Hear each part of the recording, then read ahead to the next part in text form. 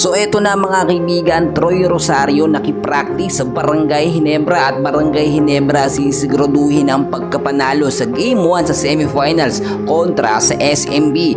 And bago yan kaibigan, palike and subscribe po muna ako, then pahit na rin po ng notification bell. Maraming salamat po. Kaabang-abang mga kaibigan, etong October 9 dahil Game 1 po sa semifinals ng Barangay Ginebra at ang kanilang mortal na kalaban na San Miguel Beer. Alam naman natin perfect ngayon maganda ang sistema ng SMB kahit natalo sila ng mga huling laban nila, pero nakapasok pa rin po sila sa semis. At dahil Barangay Ginebra ang kanilang mga kalaban ngayon, ay basang-basa na po ng Gin ang sistema nito nga pong SMB. And ayon sa ating mga nakuhang updates, may bagong sistema etong si Coach Tim Con. Ang bagong sistema niya mga kaibigan ay yung first 5 lineup, which is alam naman natin sa first 5 lineup madalas nandyan po si Japet agad-agad para sa malakas na depensa. Ang mangyayari mga kaibigan, baka hindi maibabad po sa first half ng game ito si Japet at gamitin na depensa ibabad pagdating ng second half, which is nagiging problema nila.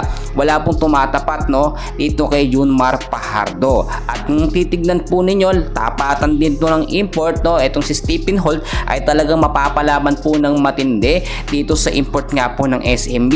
Ayon din sa ating mga nakuhang update sa latest sa practice po ng Barangay Ginebra, so far condition po ang mga player ng Ginebra. Sa practice napakaganda ng pinapakita. May mga nagsasabing mga bashers sa practice lang daw maganda pinapakita ng Barangay Ginebra, pero pagdating sa on game na or on the spot na game na ay wala na mga kaibigan. So nakita naman natin kahit yung quarterfinals kung papaano tinambakan ng tatlong sunod na panalo ng Barangay Ginebra ang Meralco po dahil sa panibagong sistema nga po ni Coach Tim Con. At si Jody Vance naman, inaasahan natin mabibigyan din ng mahabang minuto para magamit siya mga kaibigan bago nga po matapos yung kanyang kontrata. At eto na inaabangan mo, si Troy Rosario mga kaibigan, ito lamang ay nagsalita na talagang gusto niya pong makapaglaro sa Barangay Ginebra. Wala pa itong pinipirmahan na kontrata, and as of now inaayos pa yung papeles or yung mga kontrata ni Chua dito nga po sa Barangay Ginebra para si Troy Rosario ay kanilang makuha. Pero ang ganda ng update natin dahil eto nga pong si Troy Rosario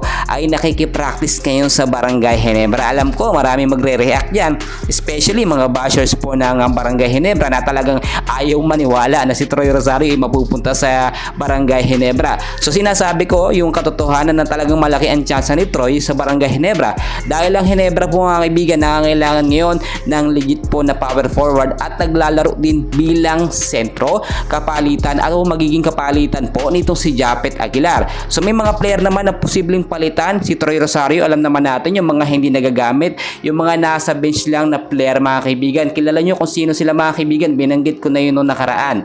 So yun lamang ating update. So please huwag kalimutan i-like at i-subscribe ang ating YouTube channel para sa semis ma-update ko kayo sa mga kaganapan. Maraming salamat po.